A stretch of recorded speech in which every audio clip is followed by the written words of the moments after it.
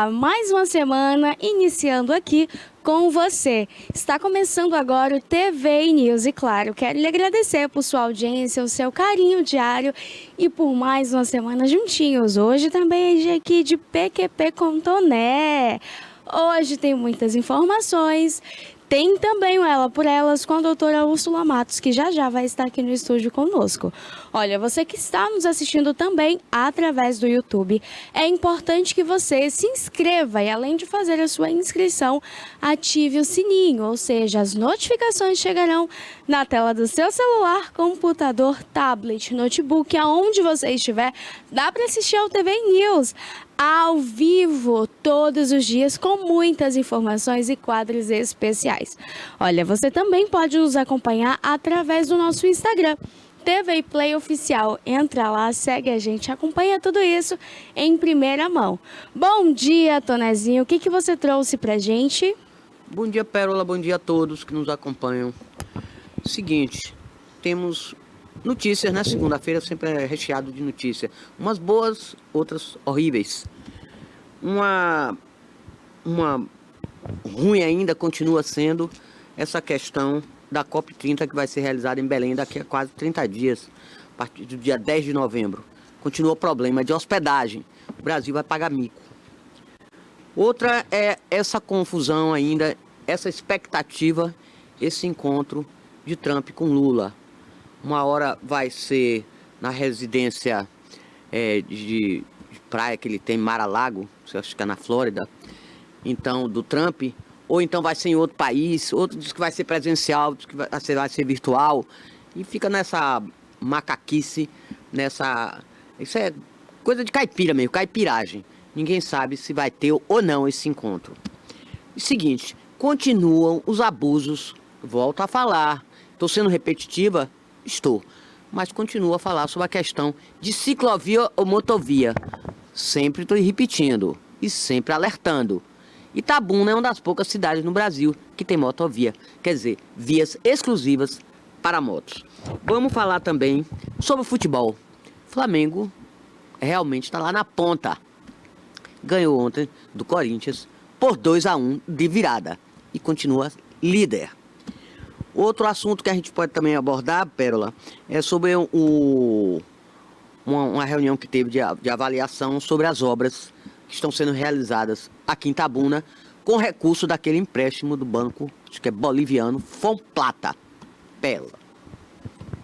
Olha, então já a gente volta aqui com o Tonezinho, muitas informações, mas agora a gente vai fazer um giro aí das últimas informações e muitas polêmicas desse final de semana. Uma delas, Toné, foi o Spiten Fight Night. Aconteceu então aí essa luta entre Popó e Vanderlei. Além da luta e Popó ter reafirmado ali a soberania na luta, aconteceu uma briga generalizada após então ali o combate. O que acontece? O Vanderlei, ele foi atacado ali, atingido então em cheio por uma das pessoas da torcida, da equipe, do time do Popó.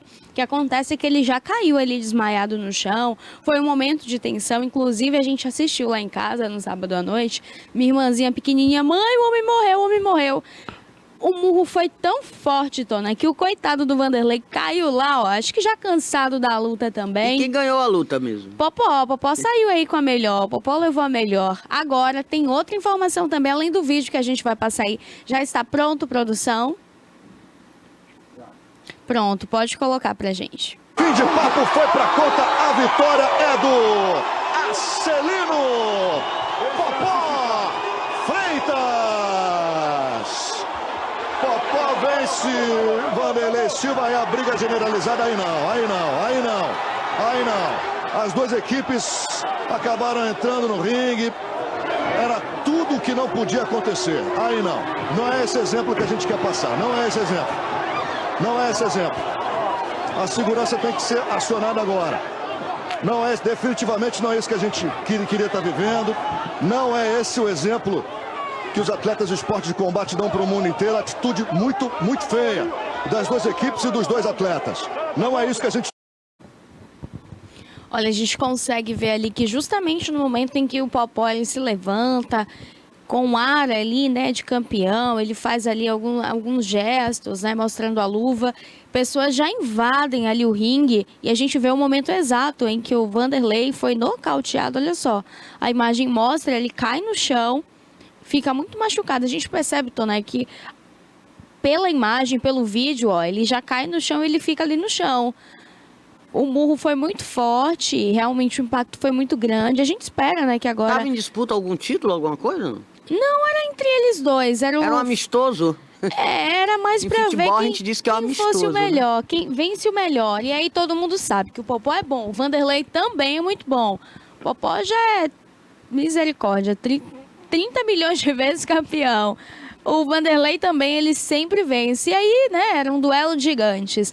Mas aí o Popó ganha, ele chega ali bem na faixa do ringue, mostra a luva, um sinal de comemoração como todo mundo faz, né? Se a gente ganha algo, a gente comemora. Mas o errado, o ruim, acredito que para os dois lados, foi justamente as pessoas entrarem, invadirem no ringue. Quem começou essa briga? Foi o pessoal do Vanderlei ou o pessoal do Popó? Rapaz, foi do Popó, foi a equipe do Popó, mas acabou que misturou ali, né? Entrou, generalizou. A equipe generalizou, aí as duas equipes começaram a se socar e aí foi uma guerra. De fato, foi muito feio. E aconteceu até de que a vitória do Popó ficou ofuscada por conta dessa briga generalizada entre as duas torcidas. O cara apanhou muito, não foi? Muito, muito. E ele já estava muito machucado da luta, né? Então acabou que ele já tinha batido muito nele, né? Muito. Agora tem uma outra notícia também a respeito aí dessa luta. O Popó passará agora, Toné, por uma cirurgia. Ele já está em Salvador e fará um procedimento cirúrgico hoje. Então, assim, a gente fica agora na expectativa. Mas tem alguma coisa a ver com essa luta? Não, ele não falou, ele não esclareceu. Ele postou um vídeo informando a torcida, informando os seguidores, os simpatizantes com ele de que ele passaria por um procedimento cirúrgico. Que, no entanto, não foi informado qual seria dele. E a gente tem um vídeo aí também dele falando ali para os seguidores. Eu acredito que depois do procedimento ele deve vir a público contando que está bem e o que aconteceu. Algumas pessoas se questionam e acham que foi do ringue, que foi ali do combate. Alguma coisa tem. Ou já podia ter alguma coisa marcado, né, Pérola? Já? Sim. Procedimento, né? Aproveitou a deixa, né? E aí foi um momento. A gente também tem o vídeo, pode colocar, produção. Olá pessoal, estou aqui no hospital, internado, em observação. Amanhã faço uma cirurgia, depois falo para vocês. Há pouco eu falei para vocês, né? O que é que eu mais quero é comemorar. Lógico, teve a minha vitória, teve uma vitória, independente da confusão e tudo, mas eu quero falar para vocês que teve luta, aconteceu a luta. Infelizmente, pós-lutas, teve ocorrido, né? Mas eu quero manifestar aqui a minha vitória também, independente que eu treinei, eu me dediquei, eu fiz tudo certinho, tudo, dei toda a minha entrega, né? A luta estava ótima, a gente trocando, a gente fazendo tudo, eu entrando na luta, cada momento do ringue, cada round o melhor. Então eu quero enfatizar isso, a luta aconteceu e a luta foi boa e todo mundo gostou. Então, quero apagar, né, toda aquela confusão da cabeça de vocês, que vocês possam lembrar do momento luta. Olá pessoal, estou aqui no hospital, internado, em observação. Amanhã faço uma cirurgia, depois falo para vocês. Há pouco eu falei para vocês, né? O que é que eu mais quero é comemorar. Lógico, teve a minha vitória, teve uma vitória, independente da confusão e tudo, mas eu quero falar para vocês que teve luta, aconteceu a luta. Infelizmente, pós-lutas, teve ocorrido, né? Mas eu quero manifestar aqui a minha vitória também, independente que eu treinei, eu me dediquei, eu fiz tudo certinho, tudo, dei toda a minha entrega, né? A luta estava ótima, a gente trocando, a gente fazendo tudo, eu entrando na luta, cada momento do ringue, cada round o melhor. Então eu quero enfatizar isso, a luta aconteceu e a luta foi boa e todo mundo gostou. Então quero apagar, né, toda aquela confusão da cabeça de vocês, que vocês possam lembrar. Olha, Esse foi o vídeo aí postado então nas redes sociais do Popó, ele que passará hoje por um procedimento cirúrgico após essa confusão generalizada entre as duas equipes na luta contra o Vanderlei. O estado de saúde do Popó sim é estável, então após o procedimento ele volta a público para falar como foi a cirurgia e com certeza também esclarecer aí qual foi o procedimento que foi feito, né? Agora a gente manda aí boas energias, saúde para que o procedimento seja feito da maneira correta, que ele volte com mais saúde ainda para lutar cada vez mais, quebrar recordes e com certeza aproveitar essa vitória dele. É uma vitória aí muito bonita, apesar de ter tido essa discussão aí que marcou de fato um momento muito feio ali dessa luta, né? Mas a gente tem mais uma informação. Pode voltar aqui para mim, Cássio. Olha, essa é uma informação que para você de casa que gosta de tomar uma cervejinha, gosta de tomar uma cachaçinha no final de semana, à noite, então é hora de prestar bastante atenção então no local e a forma também que essa bebida é entregue a você. Algumas empresas, bares, restaurantes estão fornecendo tanto drinks quanto a bebida fechada, cerveja, uísque, o gin, a vodka com etanol. Ou seja, é perigoso para a sua saúde. Tem gente perdendo a visão. Já tem um caso em São Paulo, inclusive, que a moça ela não vai enxergar nunca mais. Tem gente em coma, o estado de saúde grave. Esse é um alerta para você de casa, prestar bastante atenção aonde você está comprando a sua bebida, a sua cerveja. Sentir um gosto diferente, ó, não tá daquele jeito. Vai beber, primeiro experimenta. Não toma aquele gole ali com gosto, não, Toné. Com sede, Toné. Mata essa sede na água, Toné. Eu bebo muita água, porque eu só gosto de bebida quente. Ai. Mas Olha, o produto que eles estão utilizando é o metanol para adulterar essas bebidas. Em São Paulo já registrou 9 casos e 2 mortes em 25 dias. E tem uma mulher que ficou cega. E tem um que está internado em estado de coma. Então é preciso muito cuidado. Então agora culpando, isso que é o pessoal do PCC. Eu não acredito. O PCC não vai se meter nisso de vender bebida, se bem que está vendendo gasolina aí adulterado, né? Estão botando etanol, qualquer porcaria aí. Mas esse produto é o metanol, que é realmente muito tóxico e é perigoso para a vida humana, né?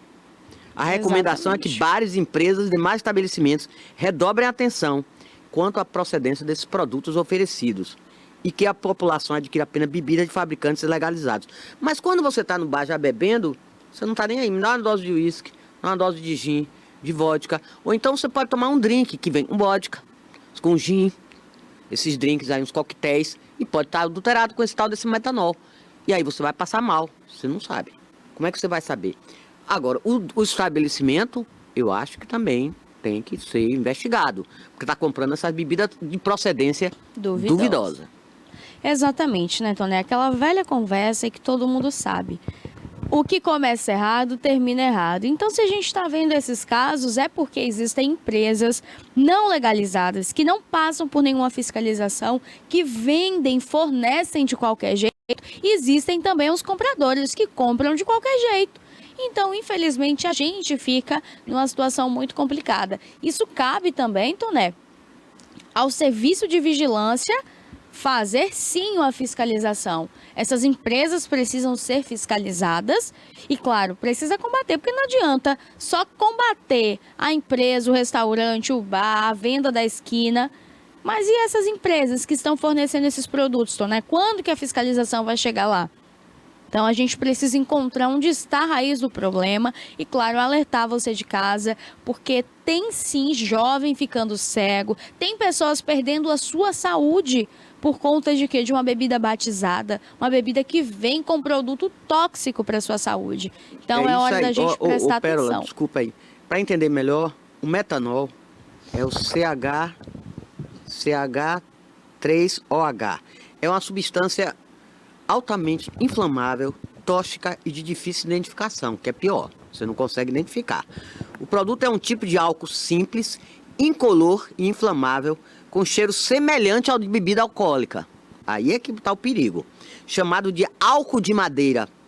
porque antigamente era obtido pela destilação de toras de madeira, desculpa. Hoje sua produção industrial é feita principalmente a partir do gás natural. O metanol é altamente tóxico em concentrações elevadas. Para que serve esse metanol? Em diversas aplicações legítimas na indústria. Agora estão dizendo que é o PCC que está importando isso. Pode ter sido, está usando em bebida, pode ter sido o PCC que está importando esse tipo de produto para faturar, né, e causar sequelas nas pessoas, quando nada, óbitos já houve em São Paulo. 2 óbitos, inclusive, em zonas nobres, como na área do Jardim, que só tem bares e restaurantes chiques, estão sendo encontrados esse tipo de produtos, realmente, de bebidas adulteradas. Todo cuidado é pouco. Eu mesmo só gosto de bebida quente, é complicado. Mas diz que até cerveja também já está sendo adulterada. Como se chamava antigamente, né? Batizada. Pérola. Exatamente. Agora é hora da gente, né, ter um cuidado redobrado, prestar bastante atenção nas empresas, as grandes empresas também observarem de quem está comprando, né, Toné? Porque não adianta. A gente toma, como você disse, você pega ali, pede o drink, pede a bebida, pede a dose. E como falou aqui, ele é incolor e tem um gosto de álcool. Pois é. O sabor. Então você não é difícil de identificar que tem algum problema. Você está bebendo, está pensando que está bebendo álcool. Aliás, álcool, você bebe álcool, você gosta de um álcool, né? Eu disse, não, quem bebe álcool é doido. Eu gosto de uísque, diferente. Ai, gente, essa Toné é uma figura, mas ó, Toné, presta atenção, hein, Toné? Presta bastante atenção. Mas quem bebe cerveja também, né? Eu não bebo, por isso que eu tô de boa, Toné. Só gosto de água de coco. Você não bebe água de coco? Só água de coco. É. Só gosto de água de coco. Então, água de coco e boa viagem, como dizem. O pessoal que fala no aeroporto aí, eu não sei se é aqui em Ilhéus tinha assim um cartazinho, água de coco, boa viagem. Pois é, água de coco e boa viagem.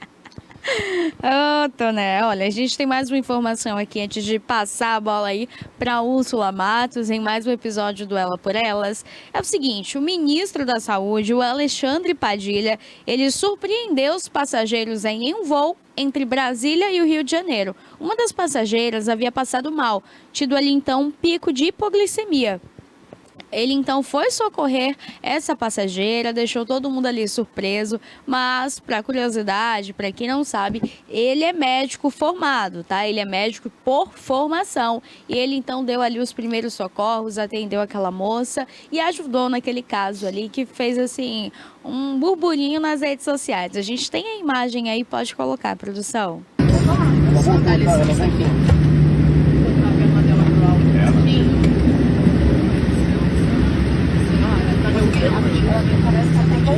Ela voltou. Uma coisa de açúcar? Tá bom. Tem. Uma coisa de açúcar. Uma bala, alguma coisa? Uma bala. Meninas. Ela tava... Ela desde ontem, né? A última visitação dela foi ontem, 9 horas da noite. Não tinha comido nada. Hoje ela fez o almoço cedo. Estava lá na frente, estava na cidade. Consegui, ela estava. Eu botei uma bola de açúcar, depois já melhorou. Chegou a fazer a glicemia? Não tem dessa. Mas agora já pegou a bala e tomou um pouco de açúcar. Não é copo d'água. Ela não é diabética, não tem mais nada. Você toma sua bola? Ela tem condição de voo? Só fez hipoglicemia mesmo.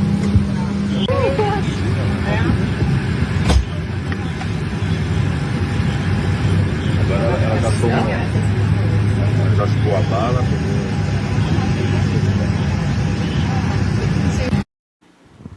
Olha, de acordo com o Ministério da Saúde, o ministro pediu um doce para estabilizar a paciente, garantindo que ela permanecesse bem até a chegada ao Rio de Janeiro.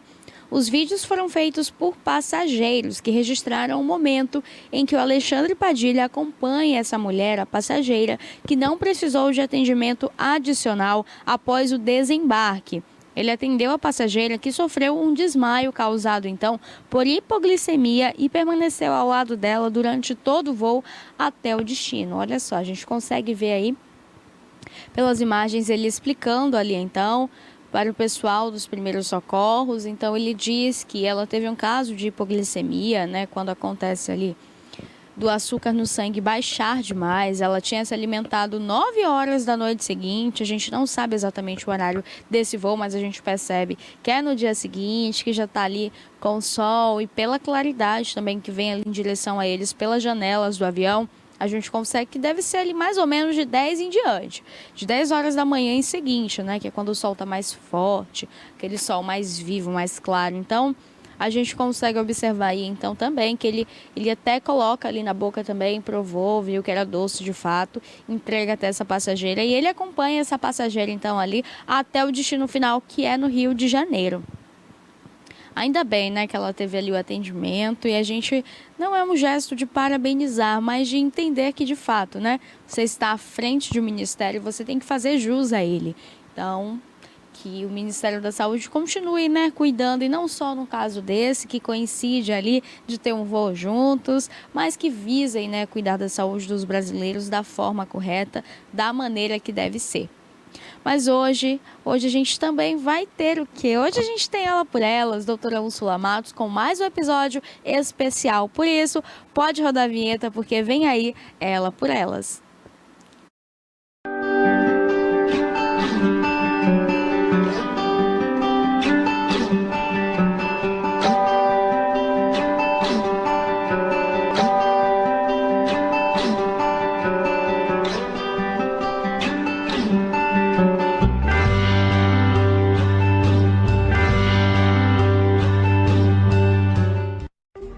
Este conteúdo é uma obra independente.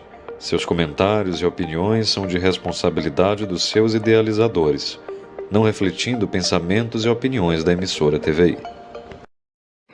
Bom dia, bom dia, bom dia, bom dia! Bom dia para você, telespectadora querida da TVI News, mulher empoderada, que tava com saudade de mim, hein? Eu sei que sou inesquecível, tá? E você tava com saudade, porque eu dei uma pausinha aí por problemas pessoais, mas sei que você tava me esperando de volta aqui no Ela por Elas. Portanto, meu bom dia para você, querida mulher empoderada, que sabe dos seus direitos, que nasceu para ser protagonista da tua vida, guardiã dos seus próprios direitos e dos seus filhos, aquela mulher que não tolera relacionamento abusivo, relacionamento tóxico, que diz não para a violência, aquela mulher que se respeita dentro e fora de casa. Ó, bom dia para você, telespectador homem alto nível, aquele que me assiste é só alto nível, telespectador da TV, aquele homem que respeita sua esposa, respeita sua mãe, suas filhas, seus familiares, as mulheres que trabalham com você, aquele homem que sabe que no lugar que se ganha o pão, não se compra nem se come a carne. Ó, pega a dica, hein? De graça, hein? Aquele homem que, se estiver passando na rua, encontrar uma mulher precisando de socorro, vai ser o primeiro a estender a mão. Vai ligar pro 180, vai ligar pro 190 e não vai fingir de paisagem ali. Não vai passar como se nada tivesse acontecendo, não. Porque o homem que me assiste, o telespectador da TVI, de fato sabe que precisa se posicionar na condição de guardiã, não somente dos seus direitos, mas de todas as mulheres que estão ao seu redor, até porque ele tem consciência de que foi de um útero que ele veio, né? Assim, ó, eu tava morrendo de saudade de vocês. E estamos voltando com a bola toda, com o pé direito, porque nós vamos entrevistar uma queridíssima, uma delegada super competente, que é sinônimo de força, que é sinônimo de posicionamento, é sinônimo de resiliência, né? E de poder. A mulher empoderada, não tem papas na língua, ela é super corajosa e tá aí se defendendo e trazendo ao mundo diversas situações que está enfrentando nos bastidores da polícia de Pernambuco. Aliás, Pernambuco, Pernambuco, pelo amor de Deus, Pernambuco, vamos recalcular a rota? Hein, governadora? Vamos recalcular a rota? Porque a gente não pode perder mulheres competentíssimas, mulheres que são referência de integridade, de luta, de posicionamento de uma corporação como a da Polícia Civil. Vamos trabalhar? Vamos conversar? Vamos dialogar? O governador do estado levanta a bandeira de que ela é a voz das mulheres. E, portanto, tem uma mulher como nós, aí no Pernambuco, precisando de apoio. E eu quero receber, cadê ela, produção? Cadê ela? A querida Natasha Dolce. Seja bem-vinda, querida. Muito obrigada pelo convite. Toda essa enaltecendo, agradeço demais. Acompanho demais. Estou acompanhando o teu caso, a tua causa, te stalkeando aí nas tuas redes sociais. Eu não posso falar de Natasha e não enaltecer a pessoa da Natasha, ainda que a Natasha se sinta até constrangida com isso, mas não posso, e não estou fazendo isso para puxar seu saco, não. Estou fazendo isso porque eu tenho acompanhado a tua história, a tua luta, e de fato me sensibilizado com o que você está passando. Não é qualquer uma, Natasha. Obrigada. Eu fui bastante resiliente, aguentei muita coisa. A maioria já teria saído, né? Realmente, essa semana eu estava com a minha mãe conversando, minha mãe começou a contar um problema para ela, o problema que ela estava passando, ela parou, olhou para mim. Como é que você aguenta passar esse tanto de problema? E é qualquer uma, de jeito nenhum. Muita gente já teria jogado a toalha. Não tenho dúvida disso. Não tenho dúvida. E aí, quando eu vejo para você, eu começo a entender que a tua força vai muito além de você.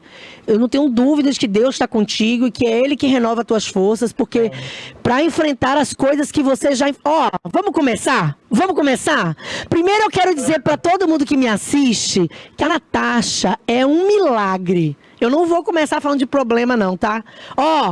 Vamos de bomba? Vamos de bomba! Vamos de bomba? Primeira bomba desse programa. A Natasha é um milagre. Tô mentindo, Natasha? Conta pra mim. Não está. Eu tenho um históricozinho de acidente de carros, que fui dada como morta, né? Deus, ficou debaixo de um carro, numa poça de sangue, foi dada como morta. Aliás, os médicos ligaram para os seus pais para dizer que você estava morta. E de repente, meu Jesus, uma mulher dessa, eu não posso dizer que é uma mulher fraca, que é uma mulher... Não, essa mulher não passou nessa vida despercebida. Ela chegou para impactar a geração dela, não tenho dúvida disso. Eu brinco que na verdade, eu acho que eu aprontei muito na vida passada. Na hora que eu cheguei no céu, meu anjo da guarda mandou voltar. Falei, você vai continuar pagando seus pecados. Aí eu acordo e eu aqui de novo. E me lascando de novo. Já eu digo o seguinte, olha, Natasha, você tem uma missão linda para empoderar e encorajar outras mulheres, para descortinar muitas situações aí de corrupção, de coisa errada, né? Para colocar o dedo na ferida, porque não é qualquer pessoa que colocaria, né? E, portanto, como a tua missão é muito grande, volta lá e arrasa.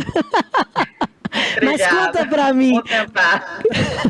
Você já está fazendo isso, não tenho dúvida. E com o apoio de muitas pessoas. Pessoas que, assim como eu, que está aqui na Bahia, tomou conhecimento da tua situação, do teu caso, e se compadeceu, se solidarizou e acredita na tua verdade. Porque eu não sei se alguém já te disse, mas os teus olhos passam verdade, Natasha.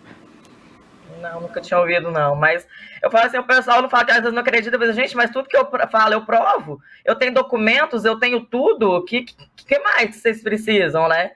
Realmente, tudo ali que eu falo, eu tenho que comprovar, tá tudo documentado.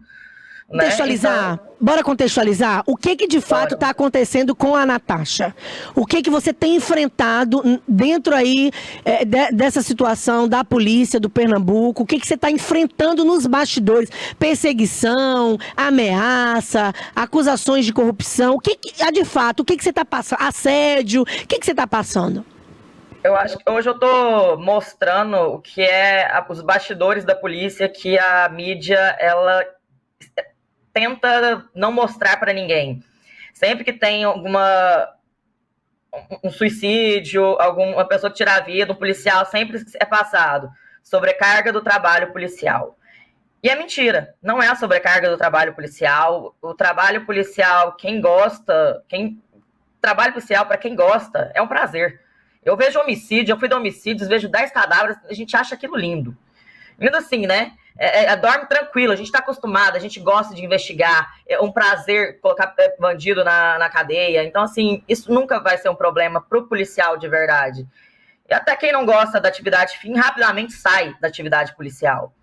Então, acho que o problema maior ele está dentro da instituição, de coisas que não são passadas para fora, que as pessoas não têm conhecimento.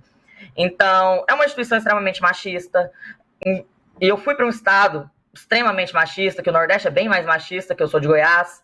Então, eu sofri assédio no início eu tinha 25 anos, eu era bem nova, foi meu primeiro emprego, eu entrei com 24 anos, sempre tive o sonho de ser delegada. Então, com 25 anos, eu fui muito assediada por um chefe, e aquilo já começou a me fazer muito mal. E eu não sabia para onde correr, a gente não tem para quem denunciar. O pessoal, tá, mas você vai denunciar para quem? Para o chefe dele, que ele escolheu, que é tudo embaixo dele, é cargo comissionado. É tudo livre escolha, nomeação, né? São funções gratificadas, né? Então, você não tem para quem correr reclamar. Aí você fica com medo, tá? Mas se eu denuncio ele, pode ser que sobre para mim. Então, sempre acontece isso. E disso eu comecei depois trabalhar muito, como eu já era uma pessoa que não era bem vista, porque eu não me sujeitei ao assédio desse pessoal. Começaram a me transferir, sofri 14 transferências em 2 anos, e sempre depois de 14. Gente, 14 transferências em 2 anos. Isso é assédio, sim. Isso é perseguição, sim. E isso nos leva a acreditar, desde o primeiro momento aqui da tua fala, que a corregedoria da polícia, ela de fato passa pano. E, aliás, os tentáculos políticos dentro da polícia é que possivelmente faz com que essas coisas aconteçam sem que ninguém tome uma providência. É muito difícil, porque seus superiores, eles colocam as pessoas na corregedoria. Então, assim, o sistema inteiro é deles.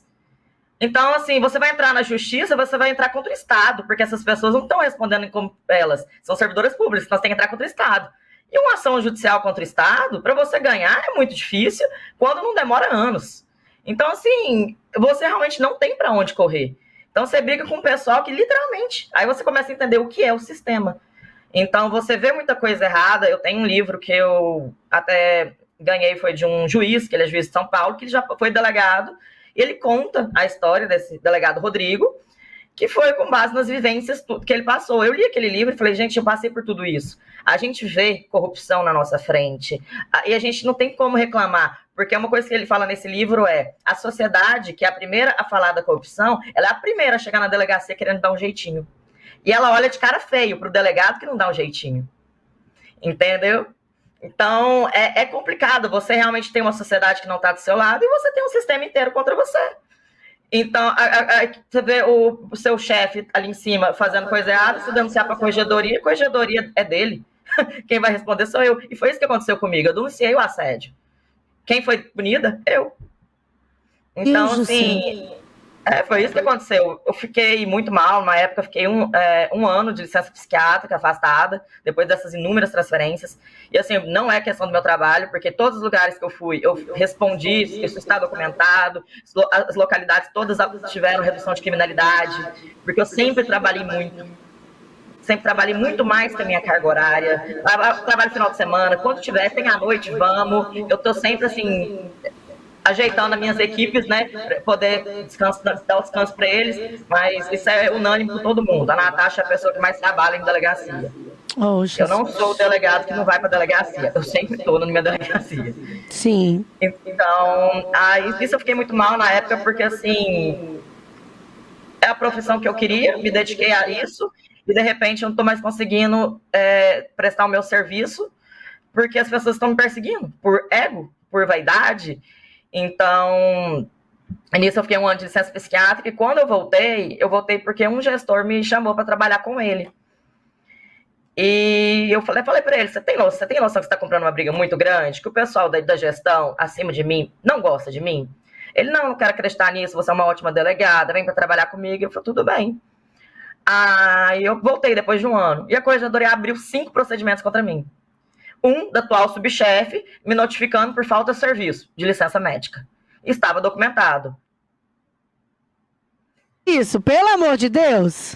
Isso é Foi pro perseguição. diretor do RH. O diretor do RH confirmou que eu estava de licença médica. E mesmo assim foi aberto o procedimento mandando eu me defender. Eu vou me defender sobre o quê? Apresenta os atestados. Acabou.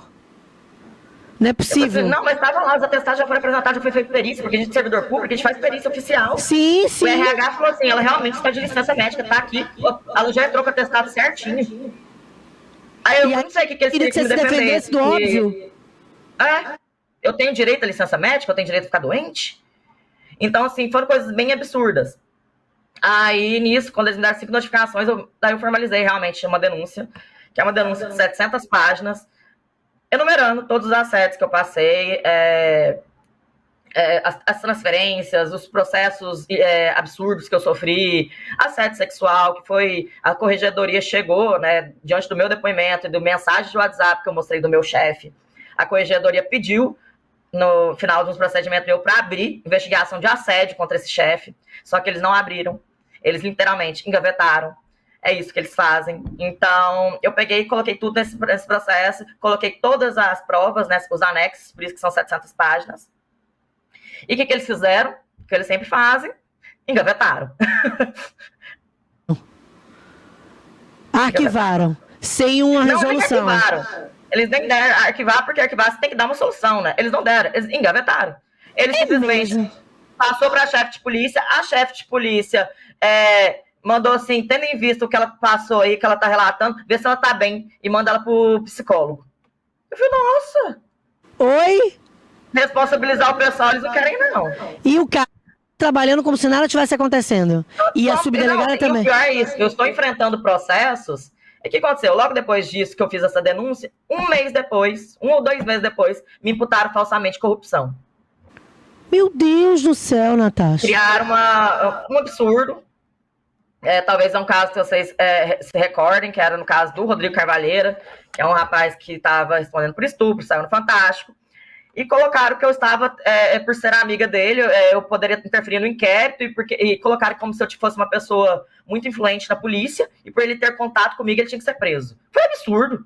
Assim, eu tinha acabado de voltar de licença psiquiátrica, a prisão dele foi absurda, quando saiu, porque assim, eu falei assim, ele estava super querendo ajudar, ele me ligou, falou assim, fui 3 vezes na delegacia, a delegada não quer me ouvir, não sei o quê, e depois a gente descobriu que a delegada é amiga da vítima, entendeu? Assim, e também foi levado para a Corregedoria, elas são amigas de infância, estudaram juntas, mas a Corregedoria também não quis apurar, fechou o olho. Então, assim, por isso que hoje, inclusive, eu desconfio de quase todas as investigações que não sejam minhas, porque é complicado, eu já vi muita coisa errada. Natasha. Só que eu vi num dos depoimentos, nos vídeos seus, a seguinte frase: quando preservamos a nossa honra, qualquer ataque contra ela causa indignação. E aí você diz que quando você foi... Eu me arrepiei toda com essa frase, ouvindo você falar. Deixa eu te falar, essa frase é do delegado Rodrigo, do livro. Porque no caso do delegado, ele sofreu um inquérito de extorsão, indevidamente. É uma pessoa muito honesta. O livro, eu recomendo demais, é a minha história praticamente. Ele também foi transferido mais de 10 vezes. Entende? Aí, pois é, então assim, eu me identifiquei muito. E quando ele colocou extorsão, aí ele falou exatamente isso. E foi exatamente isso que eu fiz. Que é o dia que chegou pra mim, o Rodrigo foi preso por causa de você. Eu falei, por mim? O que eu tenho a ver com isso? O inquérito não tá nem na minha delegacia, eu não tenho nem acesso ao inquérito. Tipo assim, eu fiquei assim, como assim? Aí me contaram que as delegadas tinham feito, me imputado corrupção, como se eu fosse uma pessoa influente, e que eu ia interferir no inquérito. E depois elas confessaram na Corregedoria que eu nunca entrei em contato com elas, nunca fui da delegacia delas, nunca tive acesso ao inquérito. Então, assim, e elas deveriam responder, porque elas confessaram que elas mentiram. Mas não, a Corregedoria também não quis fazer isso. Mas quando chegou para mim, aí colocaram assim, corrupção, e aí elas pediram a suspensão das minhas funções, com base nisso, criando uma corrupção, o juiz negou e mandou investigar. Né? Só que a SDS, mesmo assim, eles me suspenderam. Fui 8 meses suspensa. Mas antes mesmo da suspensão, o que aconteceu? A hora que eu vi que lá de corrupção, eu falei, aí não. Faz fazia 6 anos, acho que né? Hoje já faz 7, quase 8 anos que eu tô nessa briga. Aí eu falei, não, eu aceitei minha vida inteira aqui, desde que eu tô na polícia, meus 6, 7 anos, aceitei tudo, aceitei assédio.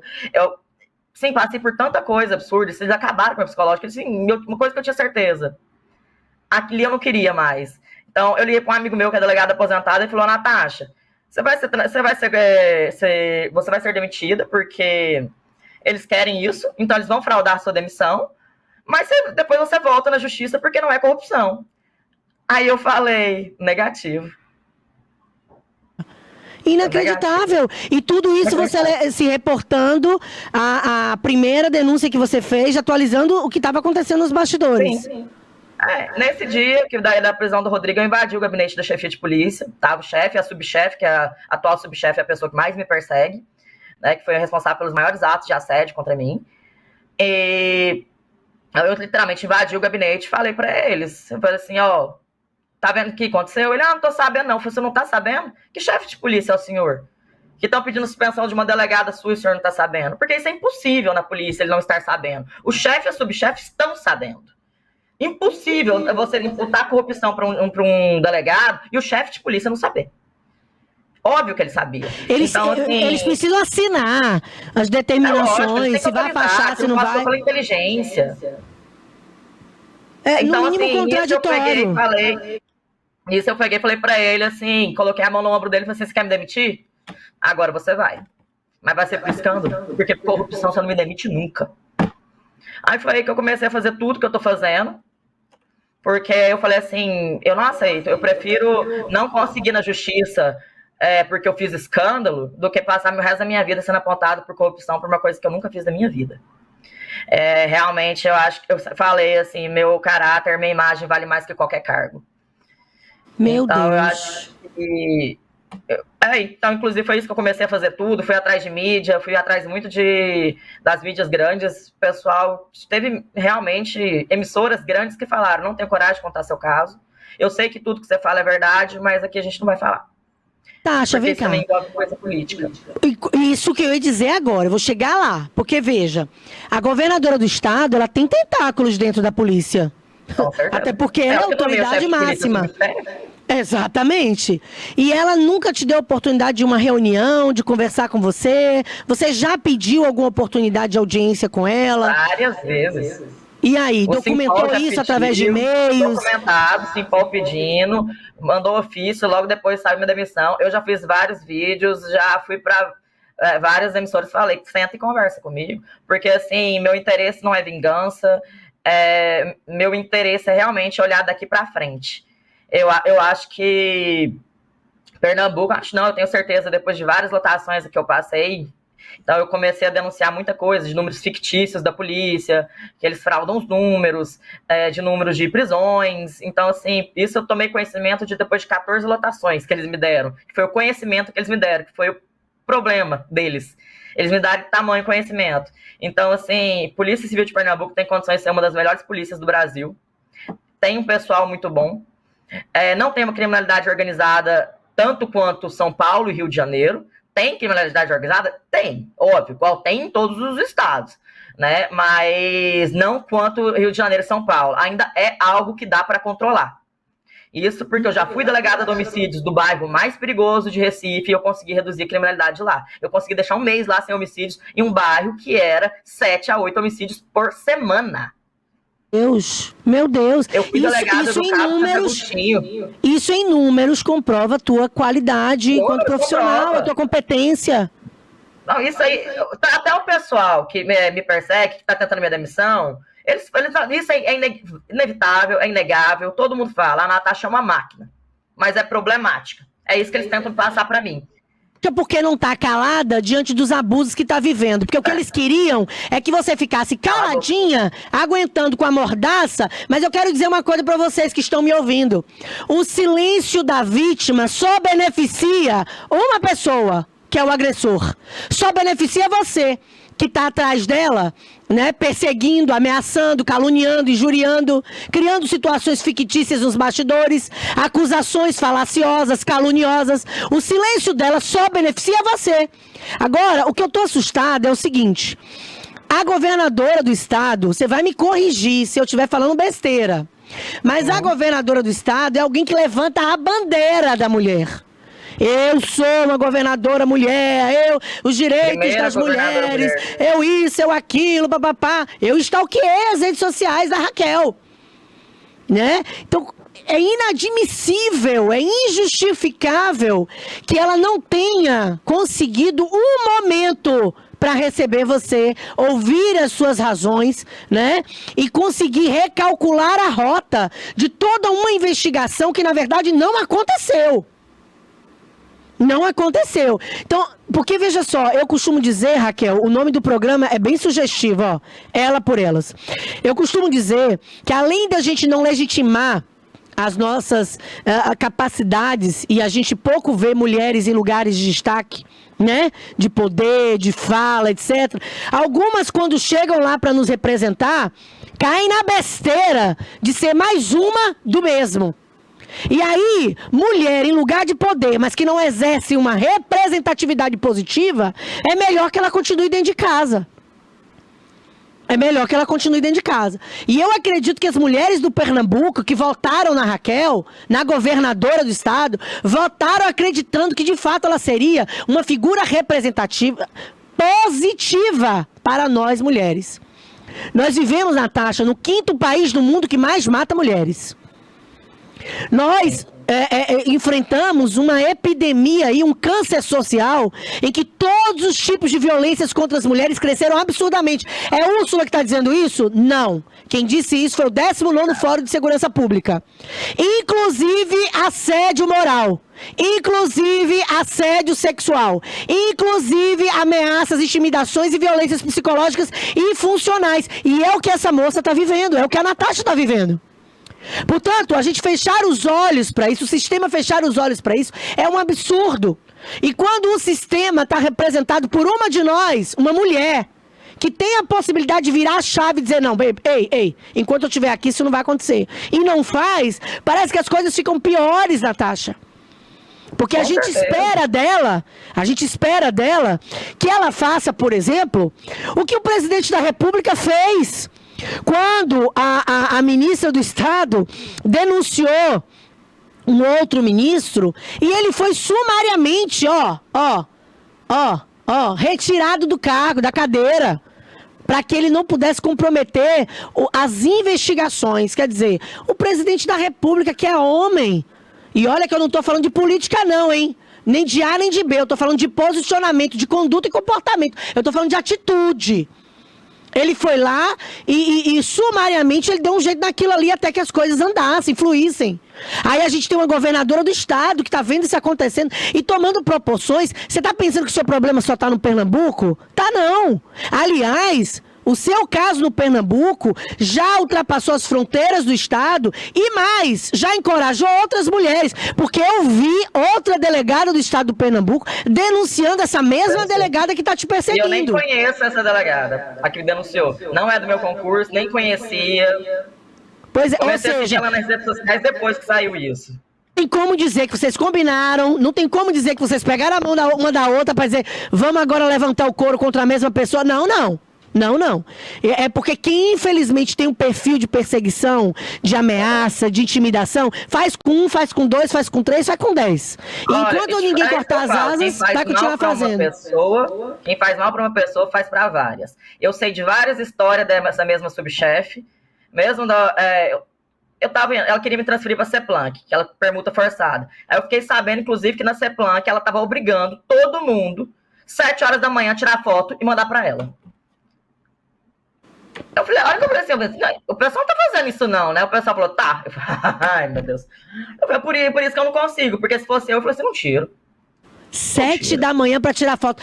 Ela não tem outras maneiras de buscar, fazer uma fiscalização para saber se o policial tá realmente ali marcando ponto e tá trabalhando. Tem que ser através de uma foto. Isso é assédio, cara. É assédio. Isso é constrangedor. Várias histórias de várias pessoas, muita gente tá reclamando. Inclusive de um delegado que tá acontecendo lá, que ele também tem rede social. Ela tá ligando para ele e falando assim: eu não gostei desse vídeo, apaga.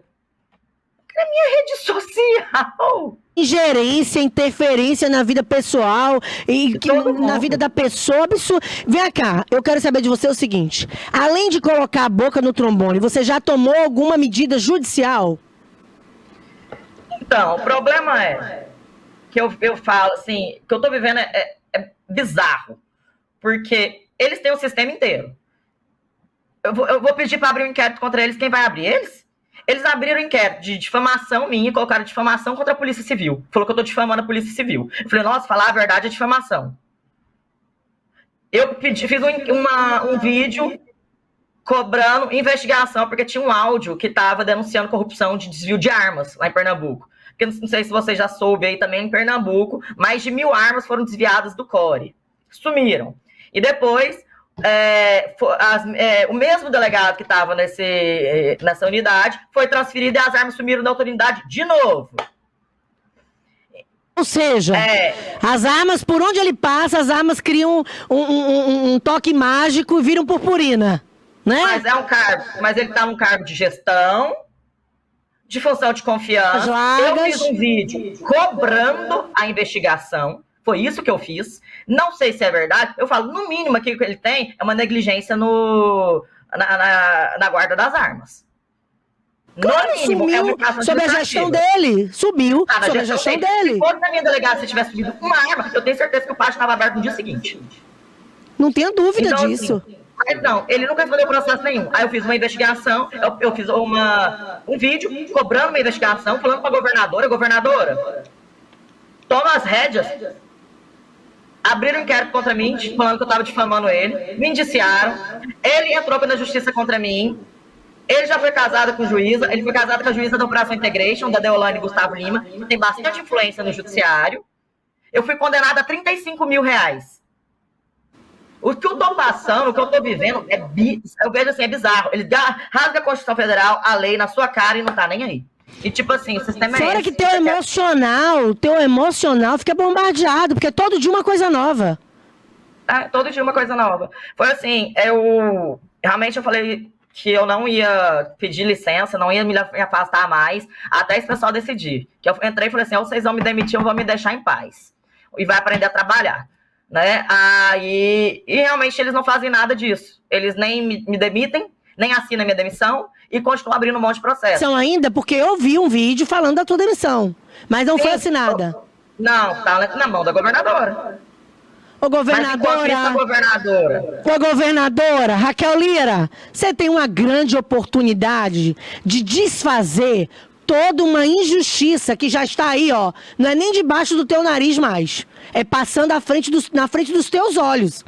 Raquel Lira, você tem uma grande oportunidade de mudar uma história e mostrar para Pernambuco e para o Brasil inteiro que, de fato, você é uma representante feminina que veio para mudar a história e virar chaves. Veio para fazer a diferença. Uma de nós está sendo perseguida dentro da tua corporação de polícia. E agora está nas tuas mãos a decisão. Ou você assina para terminar aí essa história de perseguição, de injustiças, ou você, de fato, senta para conversar com a Natasha, busca estabelecer o contraditório e ampla defesa e dá a essa delegada, que é íntegra, que é uma mulher posicionada, uma mulher forte, uma mulher que é um trator para trabalhar, a oportunidade de exercer o sonho dela em paz. Eu ouvi o testemunho de vida, Natasha, até uma cirurgia na perna para diminuir 3 centímetros de uma das suas pernas, você passou. Ou seja, você lutou pelo seu sonho. Você não está aí de graça, de paraquedas. Foi uma coisa que você caminhou desde os 14 anos, segundo os seus vídeos. Então não é possível que um sonho tenha se transformado num grande pesadelo. E ó, como a minha produção está dizendo assim, encerrou. E o Cássio, pelo amor de Deus, Cássio, me dê só mais um minutinho. Ó, eu queria te dar a oportunidade, que eu teria aqui como conversar com você, pelo menos mais 30 minutos, e a gente dividir isso em 2 programas. Mas eu quero, nesse primeiro momento, diante de tudo, do pouco que a gente conseguiu falar, que você fizesse algumas ponderações. O que você espera a partir de agora? Né? O que você acredita que vai acontecer? Quais são os seus clamores? O que você tem a falar para a governadora? Enfim, fala para nós aí. O que a Natasha hoje está sentindo e qual a tua expectativa? Sim, eu realmente me afastei, tem uma semana, por psiquiatra, que eu não estava bem. Eu estou respondendo já 19 processos, eu não estava conseguindo mais ficar na minha casa ali. Então, estou na casa dos meus pais até. E realmente, sim, o que vai acontecer, o que se espera, eu realmente não sei. Eu sei que a minha demissão, ela vai servir de lição para todo mundo que não vale a pena o que eu estou fazendo. Eu acho que vai ser um cala-a-boca em todos os policiais que passaram por isso, que não são poucos. Que são várias pessoas que entraram em contato comigo, que falaram, já passei o que você passou, parabéns pela coragem. Inclusive, 2 juízes entraram em contato comigo. A maioria do pessoal passa pelo que eu passei e vai para outro cargo, estuda para outro cargo, vai embora. E eu quis brigar. Hoje eu tô com meu nome sujo, porque eles sujaram meu nome, né? Então eu não posso mais fazer concurso, mas realmente eu fiz concurso só para ser delegada, eu já realizei meu sonho. Gostaria muito sim de voltar, eu amo atividade policial e eu acho que a polícia pode ser uma instituição boa para trabalhar. E, sinceramente, seria bom para ela, para a própria governadora e para o pessoal da polícia entender, não vale a pena. A gente pode fazer a polícia um bom local para trabalhar. Então, assim, no fundo é isso que eu espero, é isso que eu quero, porque eu sei que eu falo muito mal da polícia, mas eu falo mal da forma de gerir da polícia, a forma como ela está feita, mas existem excelentes policiais, as minhas transferências nunca deixaram ir com os meus policiais. O pessoal sempre queria seguir comigo e não deixava eles irem. Então, assim, das 14 lotações que eu passei, eu te falo, eu conheci muito mais bons policiais do que maus policiais. É que os maus policiais, eles dão mídia. Mas tem muita gente boa na polícia que faz e que ama o que faz. E eles querem trabalhar em paz. Então, meu grito sempre foi só esse. Me deixa trabalhar em paz. Então, ou seja, nada demais, né? Factível, né? Factível. Super possível, né? Agora a gente percebe uma ingerência, e aí eu não estou colocando palavras na sua boca, mas são conclusões que eu tiro depois que eu vejo aquela série de vídeos seus. A gente vê uma ingerência política dentro da polícia muito grande, e mais do que isso. Assim como toda corporação, sempre tem o fruto podre e o fruto bom. E, infelizmente, são os frutos podres que estão contaminando os bons e que, pelo menos momentaneamente, parece que estão aí vencendo os rounds. A batalha não terminou, não. Mas alguns rounds parecem estar sendo vencidos, né, por quem de fato persegue. E aí, quando a polícia do Pernambuco e quando a governadora do estado não se posiciona como deve, ela está dizendo para mim, policial do Pernambuco e de outros estados, olha, diante das corrupções, dos assédios, das ameaças, diante das intimidações, das coisas erradas que aconteceram nos bastidores, finge de paisagem, não fala nada, não denuncia, amordaça, silencia, né? Porque se você fizer isso, de fato, você vai ser perseguida tanto quanto a Natasha está sendo. E olha, eu volto a direcionar minha fala para você, Raquel. Na condição de governadora do estado, você tem muito mais a oferecer, não somente a Natasha, que é uma mulher como você, mas a todas que votaram em você e acreditaram que você seria capaz de fazer uma gestão diferente. Eu não costumo colocar a minha esperança em pessoas, Natasha. Eu deposito a minha esperança no Senhor. E independentemente de religiões, a Bíblia diz que a justiça pertence a Deus, né? Tem um versículo em Lucas 18:7 que diz assim: ainda que pareça demorado, ainda que pareça tardio, o Senhor não deixará de fazer justiça para aqueles que clamam de dia e de noite. Então, ainda que amanhã ou depois a Raquel Lira resolva de fato assinar sua demissão, da justiça divina, nenhum de vocês escapará. Muito cuidado com aquilo que vocês estão plantando, porque a lei de semeadura, ela é muito, muito certa. Vocês vão colher, e vão colher antes de partir daqui, ou para melhor ou para pior, não tenha dúvida disso. Natasha, O Cássio vai me matar de tanto que ele tá falando que acabou o nosso tempo. Eu acho que a gente conversaria mais 1 hora. A gente remarca depois, vamos. Bora. Daqui uns meses a gente marca de novo. Bora. Mas obrigada pela oportunidade. Um beijo pra Bahia, inclusive, que eu adoro. É que no nosso próximo encontro, quem sabe a gente não tem notícias melhores, né?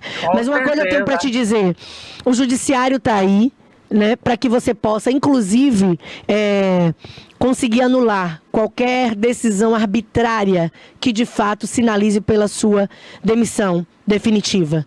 Não deixe de lutar por aquilo que você acredita, porque você é sinônimo de força, de poder, de resiliência, de luta e de verdade. Vou terminar dizendo o que eu falei no início.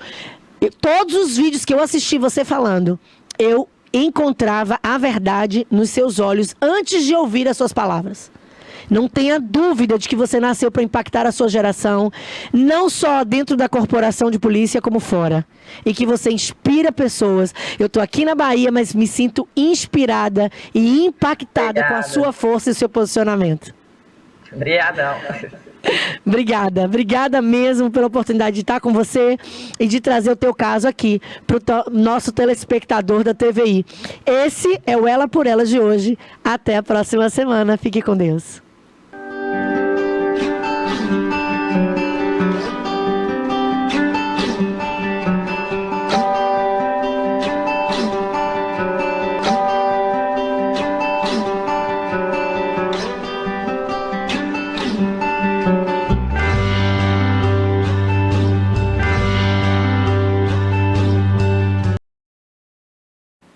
E depois dessa entrevista emocionante com a doutora Natália Dolce, a gente volta aqui para o TVI News com muitas informações. Tonezinha já está aqui a postos. Tonezinha, você trouxe o que aí pra gente? O áudio tá baixo aqui pra mim, viu, Cássio? Tô ouvindo pouco aqui. Eu vou falar sobre um assunto muito importante que eu esqueci de citar no início aqui do programa. É sobre o Dia Nacional de Doação de Órgãos. O Brasil precisa realmente, o pessoal ainda está muito displicente e, além de tudo, não sei se é ignorância, negligência, ou então não tem confiança, não acredita na importância do ato de doação de um órgão. São mais ou menos mais de 80 mil pessoas ainda estão na fila para um transplante. É muito alto mesmo.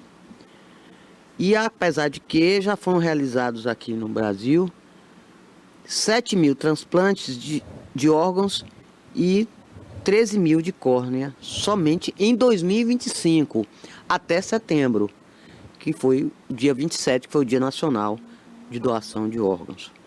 São uns dados muito tristes. A nossa população precisa acreditar, precisa ser um doador. Precisa ter consciência da importância que é de você doar um órgão para uma pessoa que precisa, que está necessitando. Tudo bem que tem gente que tem aquela coisa de espiritualidade, de religiosidade.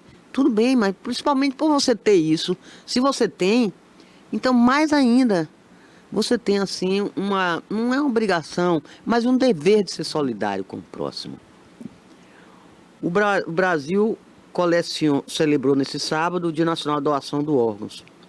De acordo com os dados do Ministério da Saúde, o país já realizou 7.098 transplantes de órgãos e 12.746 transplantes de córnea. Muito importante isso, de córnea. Quer dizer, da visão, para você ter que saber que tem muita gente que precisa de uma córnea para enxergar. Os números compilados no painel da lista de espera e transplantes realizados representam uma esperança para milhares de pacientes. No entanto, a fila de espera é um grande desafio. 47.286 pessoas aguardam por um órgão e 32.260 esperam por uma córnea, totalizando 80.546 indivíduos que estão na fila. O que mais tem, os órgãos são mais necessários, são mais urgentes, que estão nessa fila para transplantes. A maior é o de rim, 4.746, seguido pelo fígado, 1.868, e pelo coração, 304.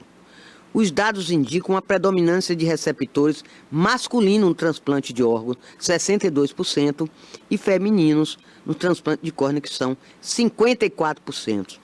A faixa etária entre 35 e 49 anos se destaca tanto nos transplantes quanto na lista de espera. São Paulo lidera em transplantes com 2.088 órgãos e 4.184 córneas. Agora, top em 5 estados com transplantes já realizados. São Paulo, 6.192 de órgãos vários e 4.104 só de córneas. Minas em 5.468, Ceará com 1.419, Paraná com 1.377 e o Rio Grande do Sul com 1.325. Gente, para pensar a importância que é você ser doador. Tem na sua carteira de identidade, né, que você pode colocar, sou um doador. Faça isso em vida, é importante. Até para que a sua família também saiba, mesmo que a sua família não queira, mas se você já deixou escrito, se você já deixou identificado no seu registro, no seu RG, que você é um doador, eu acho que isso é importante. Isso vai salvar a vida de milhões de pessoas. Tem mais de 80 mil pessoas na fila esperando por um órgão aqui no Brasil. Acorda, Brasil. Pérola.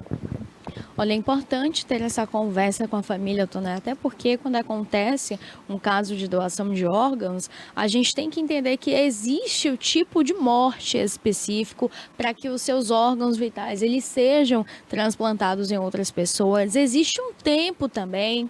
É a urgência, né? Exatamente. Existem muitas pessoas na fila de espera por um transplante de rim, de fígado, de córneas. De córnea. Então é importante que a gente saiba. De coração. É importante que dentro da nossa família a gente saiba se existe esse desejo de um familiar. Porque assim, Toné, hoje a gente pensa eu tô saudável, né? O meu corpo tá bem, tô com meus rins em dias, fígado tudo bonitinho. Mas amanhã você não sabe, amanhã é um familiar seu. Amanhã talvez é uma vida que depende de você. Então, às vezes, aquela vida, ela traz um novo sentido a outras vidas, né? Então, que a gente consiga falar mais sobre essa campanha de doação de órgãos, para que a gente também fale mais sobre a doação da medula óssea também, que ela salva vidas de paciente em tratamento de câncer, pacientes que não tinham a expectativa de vida, pacientes que não vislumbravam a cura ou até mesmo mais anos junto com quem ama. Esses dias eu vi um vídeo em que um rapaz, saiu o corpo desse rapaz pela maca, os corredores de um hospital, os enfermeiros e médicos levando e todo mundo aplaudindo. E a família ali ao redor chorando, muito sentida, muito emocionada por aquela situação, a partida do jovem, que ele teve uma morte encefálica, ele estava ali vivo por conta dos aparelhos, mas a gente sabe que é mínimo. É irreversível, né? É mínimo, quase não volta. Então a família, sim, já tinha falado que ele tinha esse desejo de doar, permitiram, autorizaram a doação. E depois, quando fizeram o transplante, o pai ficava escutando o coração do filho no peito de um outro rapaz. A divisão dos vídeos, né? Primeiro o rapaz saindo ali, o corpo do rapaz, todo mundo aplaudindo, e depois ele escutando esse coração. É um gesto tão bonito, gente. A pessoa permanece viva, Toné, por muito tempo. Para sempre. Agora em outro corpo. Dando chance a outra família também, né? Até porque se a pessoa já morreu, não vai servir de nada. Os seus órgãos vão ser deteriorados, não vão servir para nada mesmo. Se então foi confirmada uma morte encefálica, uma morte cerebral, que não tem, realmente é irreversível, que não tem volta, por que não doar o órgão? Se tiver bom, se tiver realmente compatível. E se for, tem que ser compatível, para não haver a rejeição, né? Lembra do caso de Faustão, que teve uma rejeição? Ele teve que voltar, teve que colocar outro rim. O problema dele foi transplante de rim, foi transplante renal. E ele colocou um, teve rejeição, teve que colocar outro. Ainda disseram que ele tinha furado a fila, lembra dessa história, Pedro? Porque era famoso, celebridade, mas ele explicou que não era nada disso. Porque tem também a urgência. E tem também outro aspecto, eu não sei como é que isso funciona. Por exemplo, se uma pessoa da família é compatível com outro que tem problema renal e quer doar um rim, ele tem que ficar na fila? Eu acho que não. Não precisa Não ficar precisa. na fila, não. Se a pessoa da mesma família, eu quero doar para meu irmão, que meu irmão está precisando de um rim, eu não preciso para a fila. Eu quero direcionar o órgão, meu rim, para ele.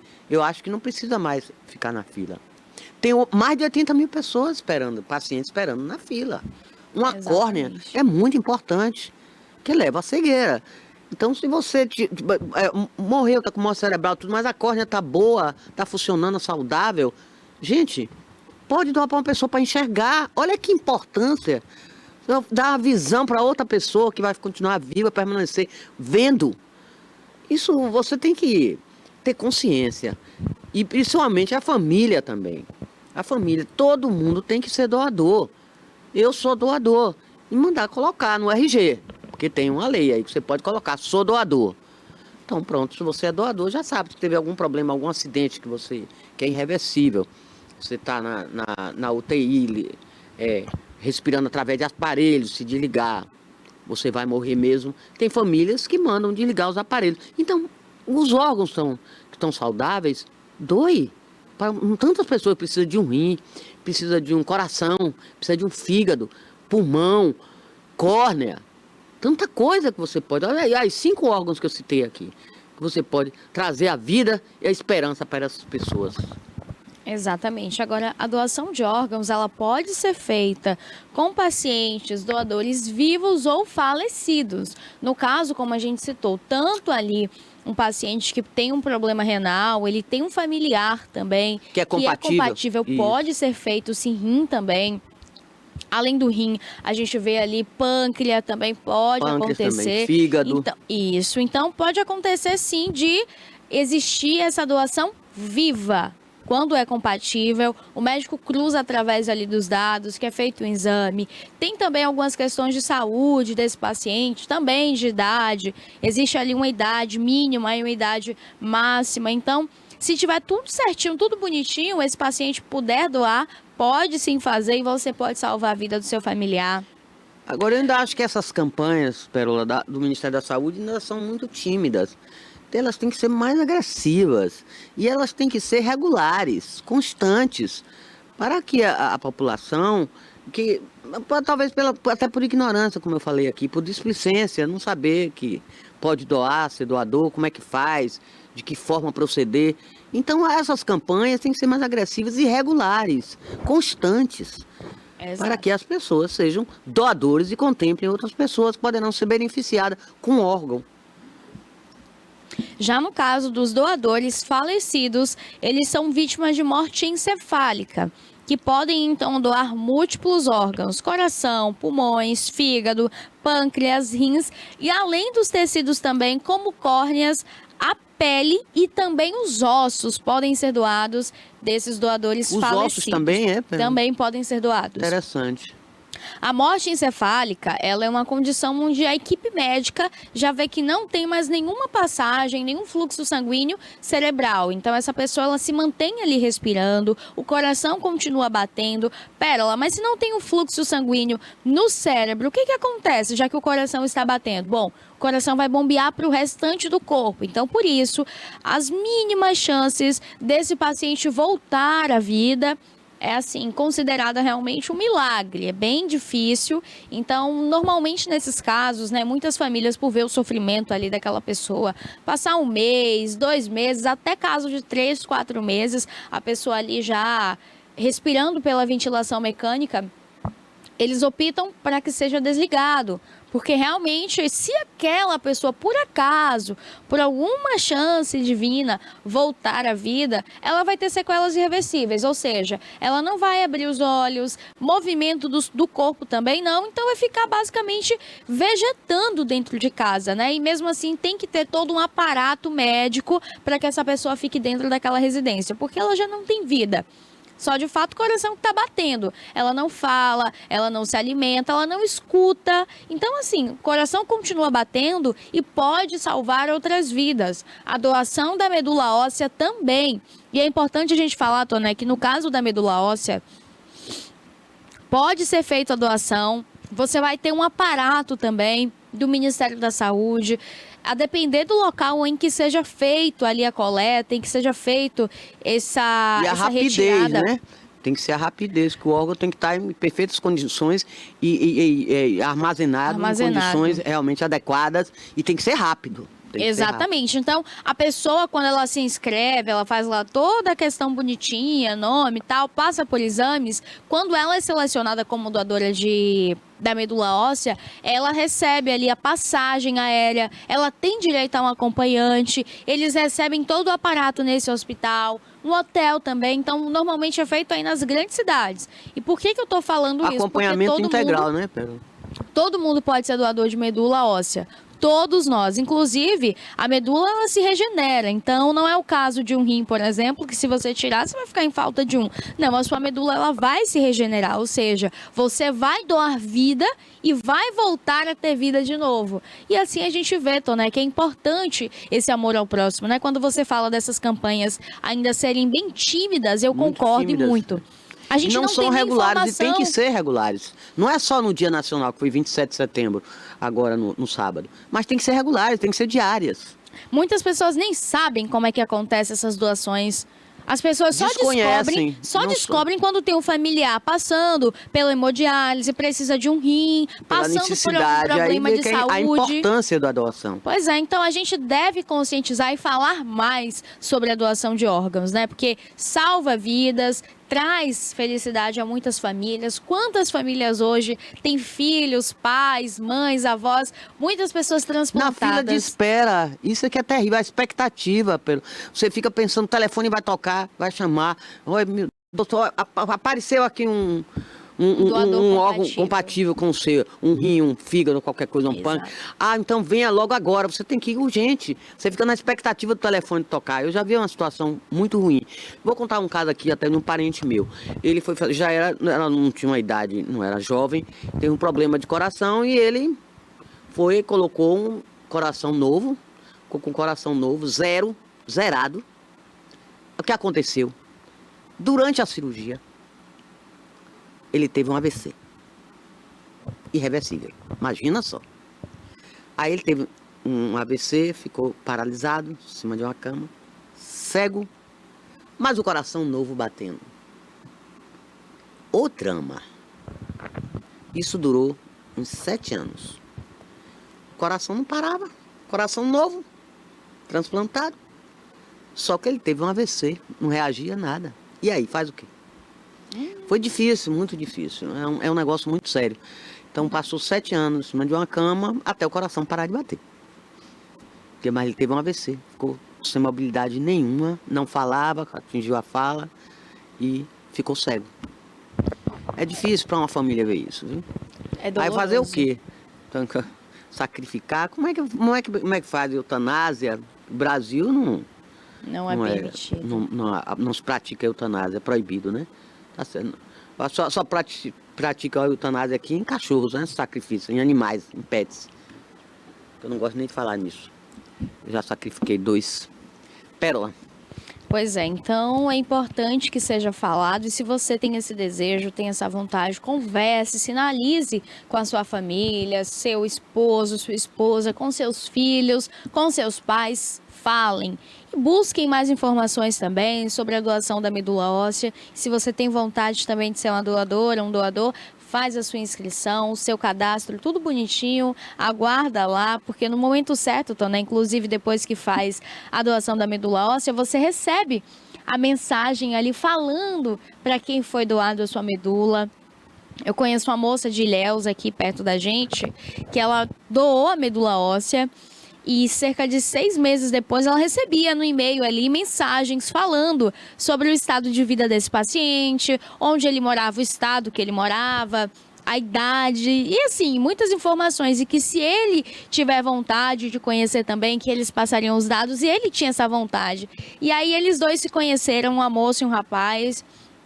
Foi um encontro assim, muito bonito, porque ele já era paciente oncológico, já estava realmente ali muito adoentado e hoje tem expectativa de vida. E foi assim, um encontro bonito. Agora, a gente sente falta disso, né? Até mesmo na TV. A gente quase não vê, né? Esses relatos, essas coisas que mexem com a gente. Campanhas mesmo, eu não vejo. É muito difícil ver. Só nessas datas específicas. E tem outra coisa, Pérola, que seria bom a gente trazer uma pessoa que entenda sobre isso, para falar sobre doação. Sim. A questão da faixa etária. Eu não sei. Qual é o critério nessa fila de espera? As pessoas mais idosas, as pessoas mais em estado crítico, as pessoas mais jovens, o estado de saúde da pessoa, a urgência, a prioridade, eu gostaria de saber. São as coisas que a gente precisa saber. Quem tem prioridade é o mais jovem, o idoso, não sei, para um transplante. E tem muito transplante também, eu vejo de transplante de rim, né? Mas o maior mesmo continua sendo ainda a córnea, né? Incrível, né? Aqui no Brasil. Mas o número é absurdamente alto. Mais de 80 mil pessoas estão na fila, na expectativa de receber um órgão para ser transplantado. Pérola.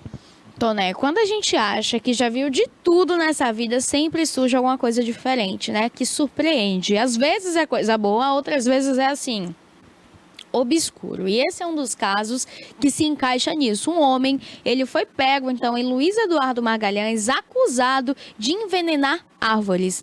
É brincadeira. Envenenar o quê? Envenenar árvores. Ele chegava, parava o carro onde tinha ali as árvores, nas avenidas, e aplicava veneno dentro das árvores. Brincadeira. No tronco. As pessoas começaram a notar que aonde tinha nessa vegetação mais viva, começou a definhar, morrer. A diminuir, e muito rápido, e todas ao mesmo tempo. Então começou ali a levantar já uma suspeita. Aí é que a Secretaria de Meio Ambiente começa então a fazer uma investigação, analisar imagens de câmera, e cruzam ali as imagens onde um carro com a mesma placa, o mesmo modelo, sempre desce um homem e vai lá e aplica então ali um veneno, um material, uma substância tóxica. A mesma pessoa? A mesma pessoa. Onde? Luiz Eduardo Magalhães? Luiz Eduardo Magalhães. O Ítalo Souza Batista, ele é acusado então aí de perfurar da Bahia, né? E aplicar veneno aí em árvores no município de Luiz Eduardo Magalhães. Ou seja, quando a gente vê essas coisas, a gente ainda se assusta. A maldade, Toné, a maldade. Onde é que uma pessoa dessa é normal? Não é normal. Olha aí, a gente vê aqui pelas imagens da câmera. Você não tá vendo não, Tonézinha, mas é um carro preto. Ele dá ré. Só tem uma pessoa, o próprio motorista, é o meia bonitão, pessoa, isso. Ele vai descer agora do carro, ó. Desligou o farol, desligou o carro. Ele desce. Eu não sei o que ele tava pensando nesse dia, mas ele desce ali em direção, pega algo no bolso, vai lá perto da árvore e faz o que ele tem de fazer. Ele coloca como? Com seringa. As imagens da árvore por dentro, as imagens da árvore por dentro, Toné, mostram ali já a destruição, né? Era um material, uma substância muito tóxica. Potente. Olha só. Ele desce, vai no bancarona, futuca no bolso, pega o que ele tem que pegar e aplica ali esses venenos na árvore. É assustador, né? O ser humano, ele tem feito coisas que... Mas se já se identificou já o carro, identificar o indivíduo, ele vai... O crime ambiental é muito alto, vai ter... além da multa, pode ter... da cadeia. Exato. Ele vai ser obrigado a pagar uma multa de R$5.000. Poderá ainda ir para cadeia. Em favor de uma instituição de caridade local, além de ter que plantar ou doar no prazo de 30 dias 20 mudas de ipê rosa ou amarelo para a Secretaria Municipal de Meio Ambiente.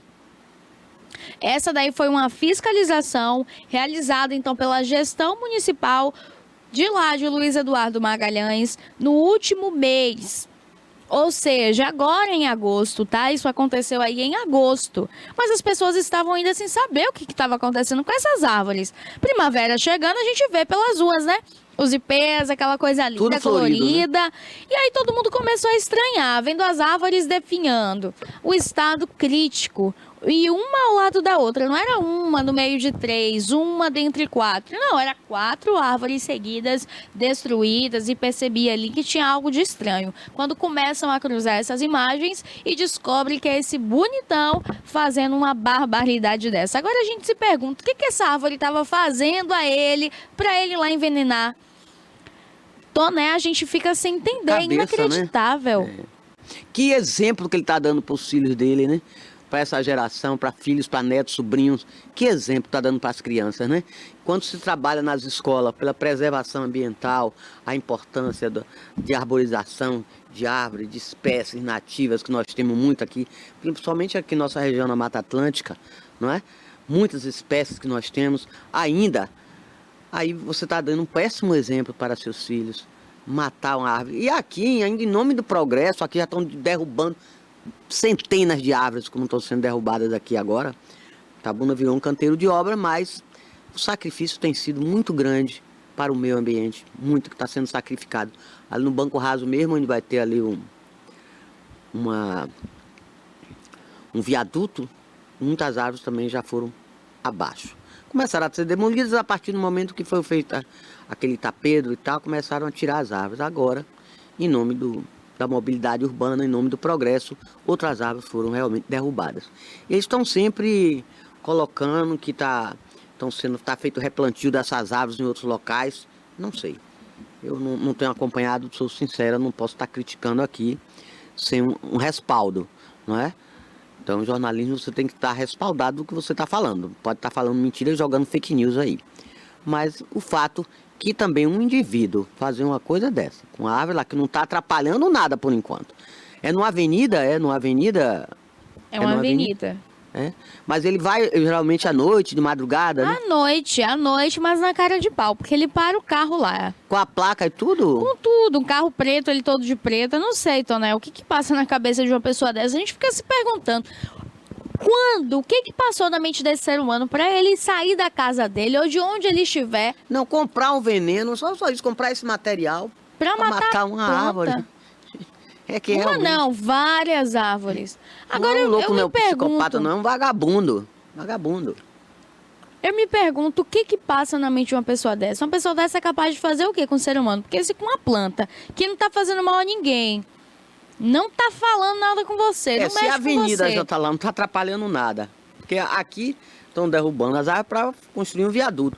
Mas lá já tem essa avenida, já tá lá. Não tá atrapalhando, não. Ainda pra vocês verem aí no vídeo, pode voltar o vídeo, Cássio, que nem não atrapalha em absolutamente nada. E mesmo se atrapalhasse, ele não é da secretaria de nada, ele não cuida de nada, ele tinha que cuidar da casa dele, da vida dele. Precisa saber também se é uma área residencial, né? Ou não, é rua normal, Toné, é uma rua, uma avenida. Uma avenida grande, né? Deve ser. E ele ainda volta, ele estaciona colado na árvore pra fazer uma barbaridade dessa. Olha lá, é uma S10.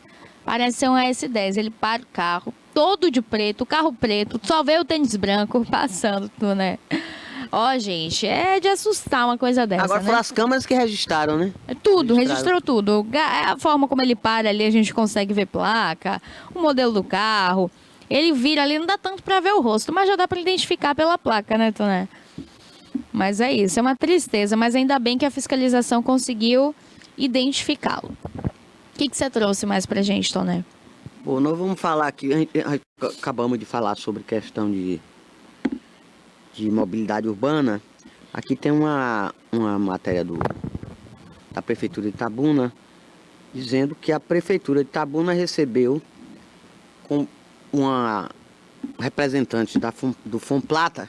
Fomplata é aquele banco de desenvolvimento, né, que está investindo aqui um financiamento, foi um empréstimo que a prefeitura fez para obras de infraestrutura aqui em Itabuna. Isso é muito importante, porque nós vamos ter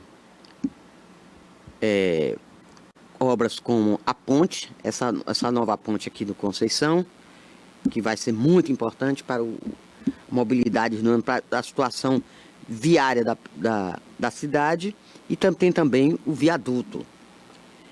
Então eles tiveram aqui os representantes do Fomplata, se reuniram aqui também com os representantes da Prefeitura de Itabuna. Eles estiveram reunidos para avaliar o andamento das obras. E as obras estão realmente andando. A gente tem que aqui falar sobre o trabalho que a secretária de Infraestrutura e Urbanismo, Sônia Fontes, vem realizando. E ela tem acompanhado de perto. Estão sendo executados esses serviços através desse empréstimo que é um aporte financeiro para o município de cerca de 37,5 milhões de dólares. É muito dinheiro. É um complexo viário dos mais importantes. São dois, além de tudo, tem 2 parques lineares, tem a construção do viaduto, a nova ponte que vai interligar a Avenida Amélia Amada ao Barra da Conceição. Tudo isso, essas obras, integram o programa Itabuna 2030. Isso, e vai ter também financiamento para a estação de tratamento de esgoto, também para saneamento básico, esse dinheiro todo. Isso é muito importante e a gente acredita que daqui a uns 3, 4 anos, a gente já esteja Itabuna já esteja com outra cara. Que Itabuna cresceu muito e em questão de complexo viário, a gente cresceu muito pouco mesmo. Mas agora com essa ponte, aqui pertinho de nós aqui, ela fica quase paralela àquela ponte antiga do Barra da Conceição, que é onde só passa pedestre ali. Vai ser ali paralelo ali. Vai ligar ali a Amélia Amada ao Barra da Conceição, vai melhorar 100% o fluxo. E outro também que eu acho mais ainda importante, que é o viaduto ali no São Caetano. Ali vai melhorar esse fluxo, porque o São Caetano já está estrangulado. Aquela Avenida Princesa Isabel ali com a Manuel Chaves já está estrangulado. O fluxo é muito grande e a gente precisava realmente de que haja uma mudança e a construção de novos acessos para que a população também entenda que vem essas obras e você também tem que se conscientizar. Viu, Cássio? Eu vou pedir aí a matéria, eu vou aproveitar o gancho e vou falar sobre a conscientização que você tem, você está no trânsito todo dia, que utiliza as vias de tráfego. Essas motos, Cássio, essas motos são realmente abusivas. Elas são imprudentes e irresponsáveis. Eu falo isso que eu passo todo dia ali pela Manuel Chaves, ali, pela Princesa Isabel, utilizo muito aquele trecho, não é?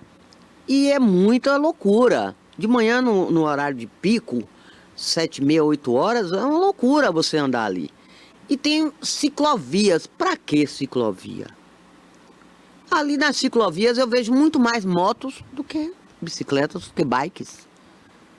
As ciclovias estão sendo utilizadas como motovias. Mostra aí, Cássio. Tá bom. Hoje pela manhã eu parei para... Não sou muito boa nisso de filmar, mas eu consegui fazer um pequeno videozinho curto mostrando aí as motos como elas estão. Elas trafegam pelas vias onde é proibida só para bikes. Então, as motovias existem em algumas cidades. São Paulo já tem. No Rio já tem. Me parece que no Paraná, que foi a referência maior, que saiu primeiro, foi pioneiro nisso, de ter uma faixa exclusiva para motos. Em São Paulo tem uma faixa azul. Causou até polêmica. Não, mas tem que ter. Tem que ter uma faixa só para motos. Então, Itabuna está inaugurando uma motovia que não é oficial. É extraoficial. Tem na Manuel Chaves tem até uma câmera. Quando eu estava filmando, uma senhora passou, minha filha, você precisa ver a loucura. Eles invadem até também a faixa de pedestre, até passa pelo passeio. Não é só a ciclovia que essas motos invadem. Eu disse, não tem câmera, ela me mostrou uma câmera, eu não filmei.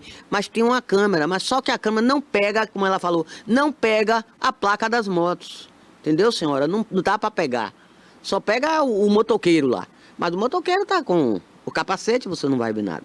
Então não pega a numeração, a placa desses infratores, que são infratores. A CETRAN tem que abrir o olho, somente nesses horários de pico. 7 horas, 8 horas da manhã, é uma loucura. De 6 horas da tarde, é uma loucura. Eles invadem as ciclovias. Eles têm que obedecer. Então, faz uma via exclusiva, a tal da faixa azul. Em São Paulo já tem lugares que tem essa faixa azul. E tem que ter. É exclusiva para motos. Poxa, a gente já vive um estresse violento no dia a dia, no trânsito. Com os próprios veículos, com veículos meus automotivos, imagine com motos. A CETRAN também tem que olhar, gente, é a questão de horários de carga e descarga.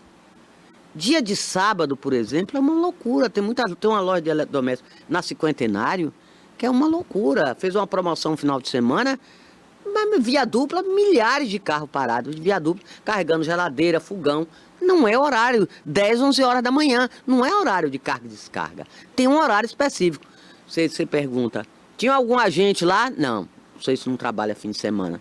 Eu acho que não trabalha nem sábado nem domingo. Mas sábado deviam ver. Sábado até 1h da tarde o comércio funciona.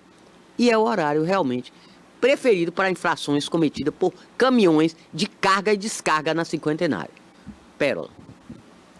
Olha, a gente consegue ver pelas imagens aí, no São Caetano, né? Aquela avenida ali, a Avenida Kennedy, a Presidente Kennedy. Ali é um movimento e às vezes a gente nem entende, de fato, as motos. Olha aí, pela imagem mesmo.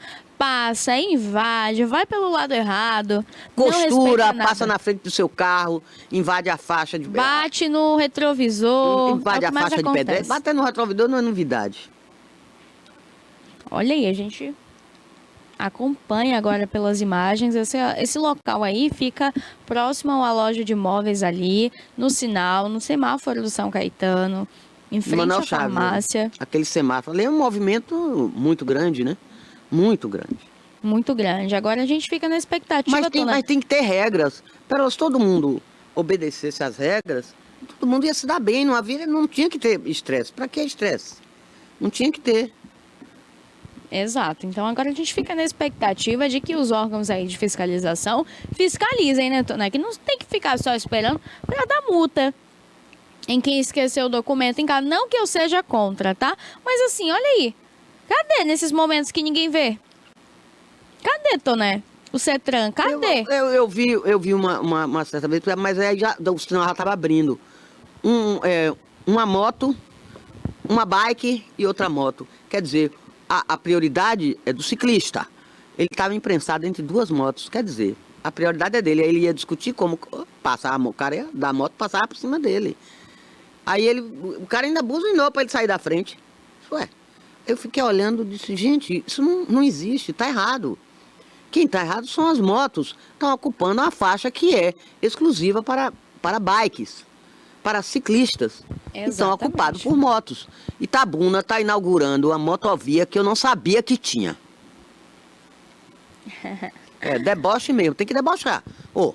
Então façam uma faixa, gente, exclusiva para moto, não tem para bike, façam uma agora para moto. Que eu acredito que tenha mais motos do que bikes. O número de motos aqui, aqui em Itabuna é impressionante. E já falei aqui, volto a repetir também. Esse pessoal imprudente, esse pessoal do iFood, esses entregadores de comida rápida, fast food. Gente, aí tem que ter uma fiscalização muito grande e persistente. Eu nunca vi um agente de trânsito na Princesa Isabel. Nunca vi ali na Manuel Chaves. Não tem. Nunca vi um carro do CETRAN ali, da CETRAN ali. Tem câmera, mas essa câmera que tem lá, essa na Manuel Chaves, como a senhora que me chamou a atenção. Olha, só fica de frente. Pega o motoqueiro, mas o motoqueiro de capacete não tem nada a ver. Não pega a traseira da moto com a placa. Não pega, então não vai saber quem foi. Tá faltando câmeras, então, ou então estão mal direcionadas, mal ajustadas. Nós temos que trazer, já falei, já estou em contato com o Adson Santos, que é assessor lá de comunicação lá da CETRAN, para trazer o secretário aqui, para a gente falar sobre o que é que está havendo, sobre essas irregularidades, que providências estão sendo tomadas, que tipo de fiscalização estão sendo feitas. E no fim de semana também esse negócio de estacionamento em faixa dupla lá na Cinquentenário, para carga e descarga toda hora. Motos também que estacionam no lugar que não é, que é para carro, eles ocupam a vaga dos carros. Muitas vezes até 2, 3 vagas, viu? Porque estacionam de qualquer exatamente. jeito. Aí ele ocupa a vaga, ele sozinho, uma moto ocupa a vaga de um carro. Exato. E que não é a área específica, não tem escrito lá motos. Não tem, porque você sabe, quando é moto, o condutor realmente automotivo ele não pode estacionar. Então, mesmo acontece também, a mesma regra também para os motoqueiros. Ali não pode estacionar, tem que estacionar na vaga exclusiva para motos.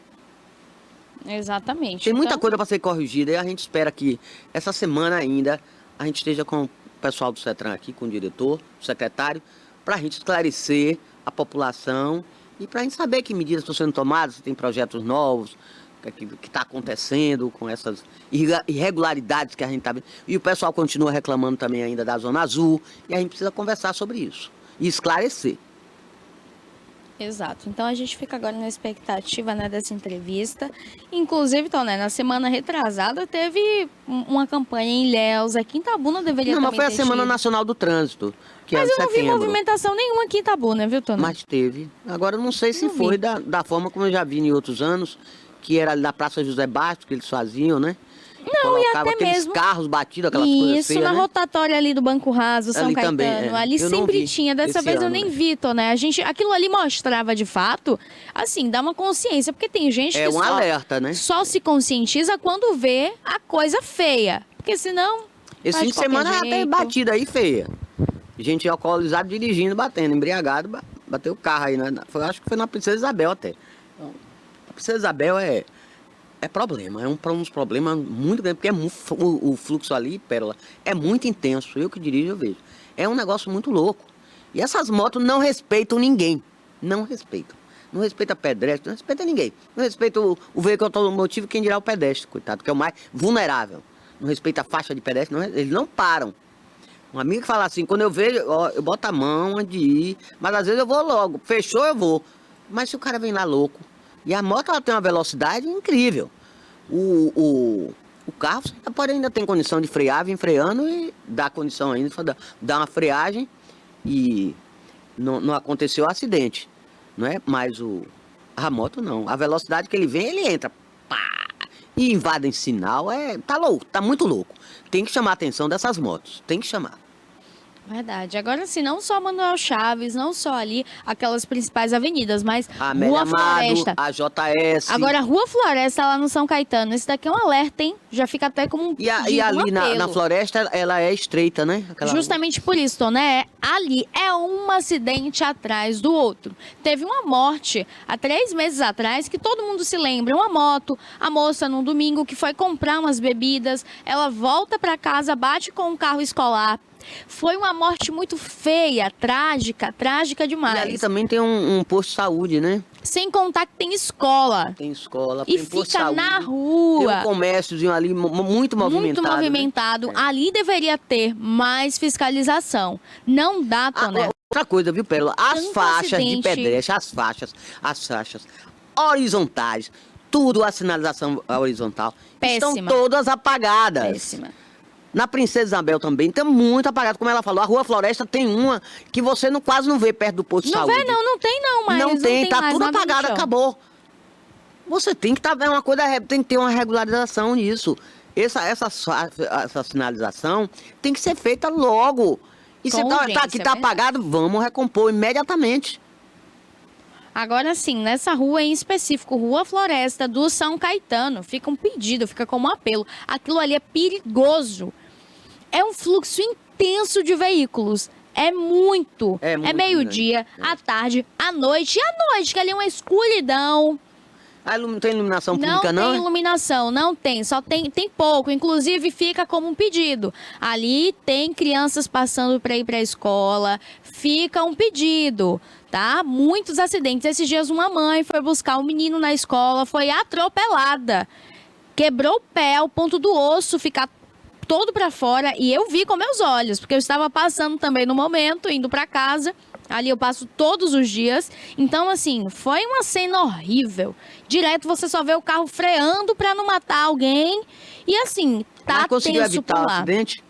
Não, Conseguiu? dessa moça não. Atropelou? Atropelou, Ela com a quebrou criança? o tornozelo dela, ficou exposto.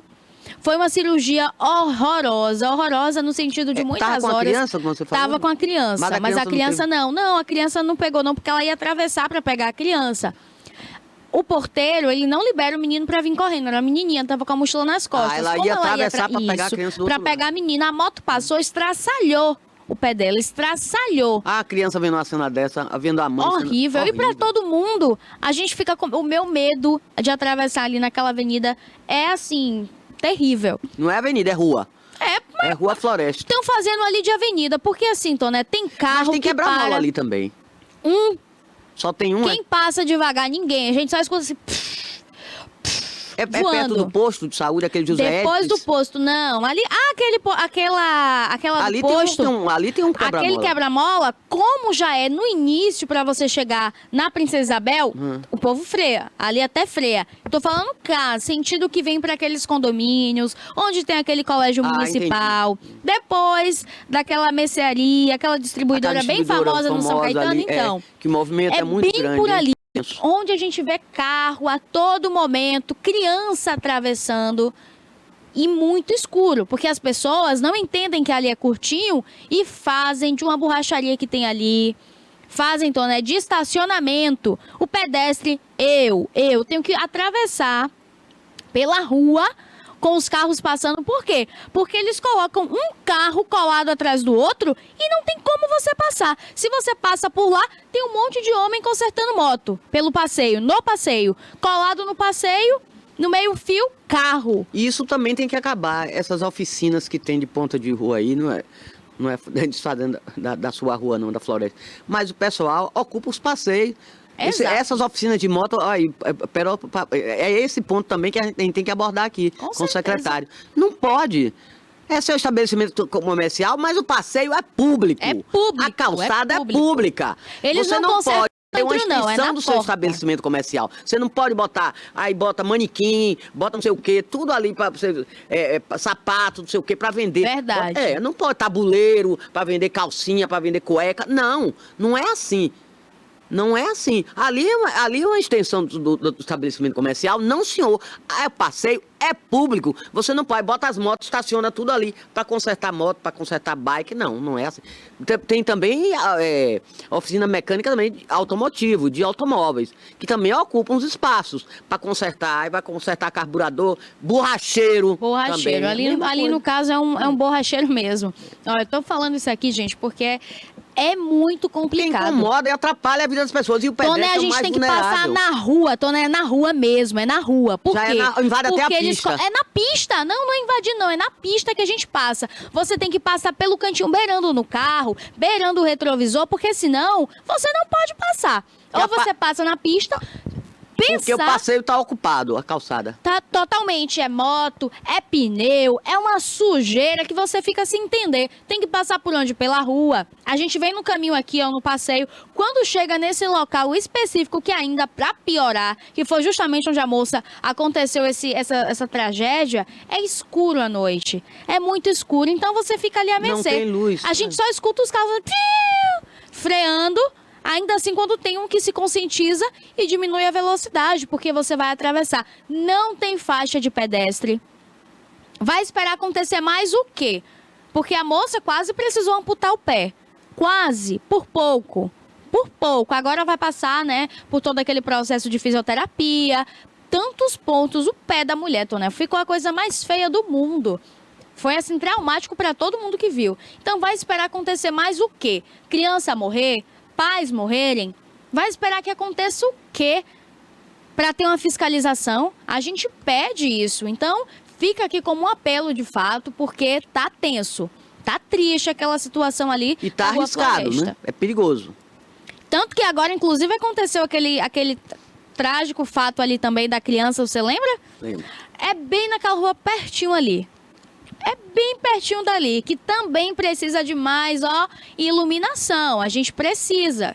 Ali o São Caetano... Até uma questão de segurança também, né? De assalto, não é? O São Caetano é muito movimentado. É como se fosse o centro também de Itabuna. Tem um banco, comércio muito forte. Tem um comércio muito mercado, forte. lojas. Então precisa haver... Farmácia, padarias. Exatamente. Precisa haver o quê? Um cuidado maior. Porque senão a população fica à mercê de quê? Não, virou um caos. O trânsito não tá. Olha, tem algumas melhorias, mas tem também muita irregularidade e precisa realmente que o secretário venha aqui para esclarecer. Exato, a gente fica agora na expectativa da vinda dele, né, para tirar essas dúvidas e fazer esse pedido mais uma vez para que olhem ali para aquela Rua Floresta, porque o caso tá sério, tá feio, fazendo medo de andar por ali. Você tem mais alguma notícia, Toné? Eu quero falar ainda, a questão da COP30 que vem aí, É agora em novembro, lá em Belém do Pará. E a situação ainda continua, problema de hospedagem. E agora, a COP30, a organização, quer dizer, o governo, está pedindo ajuda a bancos para pagar a hospedagem de países que não podem realmente pagar. Digamos que países ainda em desenvolvimento, são alguns países africanos e alguns países caribenhos, não têm condições de pagar as diárias realmente muito altas que a rede hoteleira está pedindo. Eu só digo o seguinte, dos 196 países que estavam previstos, até agora tem 87 que já confirmaram, mas tem uns 50 e pouco que ainda está em análise, estudando se vem ou não vem. E o Brasil está pedindo aí um socorro aos bancos para ajudar aí, para financiar. A ONU também já pediu que o Brasil financiasse. O Brasil não tem que financiar nada. A Conferência Mundial sobre Mudanças Climáticas é um evento da ONU. Então, a ONU que tem que pague, porque não pode pagar. Agora, o Brasil deixou realmente esse negócio, deixou a migué, vamos dizer assim, o pessoal lá, os empresários da rede hoteleira de Belém, fazer o que queriam. E eles fizeram. Botaram os preços lá em cima, né? Exploraram ao máximo. Aí, então, fica inviabilizando o evento. A gente corre o risco de pagar um mico muito grande, porque não tem leito, não tem cama onde dormir, não tem para você dormir. E essas delegações mais de economia de países mais pobres, vai fazer como? Vão ficar aonde? Já teve uma opção que o governo teve, não sei se foi para frente. Estavam até estudando, mas falta quase 30 dias, só é agora a partir do dia 10 de novembro que vai começar a COP. Então, foi o aluguel desses navios de grande porte, navios de cruzeiro. Mas tem outro aspecto, um problema, esse navio também, porque são muito, muito grandes, eles não podem também se aproximar muito. Então eles ficam muito longe assim na costa. Tem que ter mais outro transporte, um barco para transportar essas pessoas para participarem cá das conferências, das mesas redondas, etc. Então fica tudo complicado. O Brasil, quase há 30 dias que falta só, menos de 30 dias eu acho. Dia 10 falta quase 30 dias, não é? Para a realização, para o início da COP30, ainda está encarando o desafio de não ter lugar para colocar os representantes de delegações ou mesmo chefe de Estado não podem pagar. Mas seus assessores, que são grandes, são delegações grandes que vão estar aqui presentes, não tem onde se hospedar. Vai ser um mico. E o Brasil, vou lhe dizer, se presta a sediar um evento desse porte, mudanças climáticas, vai reunir chefes de Estado do mundo inteiro, vão aqui conversar sobre isso, discutir o futuro do planeta, e você ainda está às voltas ainda com hospedagem. Fica difícil de entender. Pérola. Pois é, então a gente agora se despede aqui do programa de hoje. Deixa um beijo carinhoso. Vem aí, Alerta Cidade. Obrigada, Tonezinha. Até a próxima, uma boa tarde para todos. TVI, 20 anos. Esqueci. Flamengo segue o líder. Desculpa aí, viu, galera? Essa Toné. Um beijo. Até amanhã, gente.